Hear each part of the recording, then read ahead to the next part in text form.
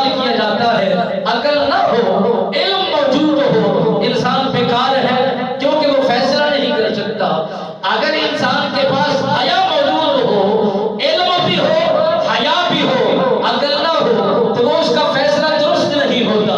وہ اس کو علم نفع نہیں دیتا حیا اس کو فائدہ نہیں دیتا کیونکہ اس کے لیے عقل ہی نہیں ہے. وہ جہاں چاہے گا بیٹھ جائے گا جو چیز پائے گا اسی پر عمل کرنا شروع کر دے گا. اسے انتخاب کا معلوم ہی نہیں ہوگا خبر ہی نہیں ہوگی. اس لیے کہا جاتا ہے عقل ان ساری چیزوں پر بھاری و افضل ہے. جس چیز کے پاس جس انسان کے پاس عقل موجود ہے علم نہیں ہے حیا نہیں ہے جب عقل آ جاتی ہے پھر علم بھی آ جاتا ہے وہ کبھی گمراہی کے راستے پر نہیں چلتا کیونکہ اس کا عقل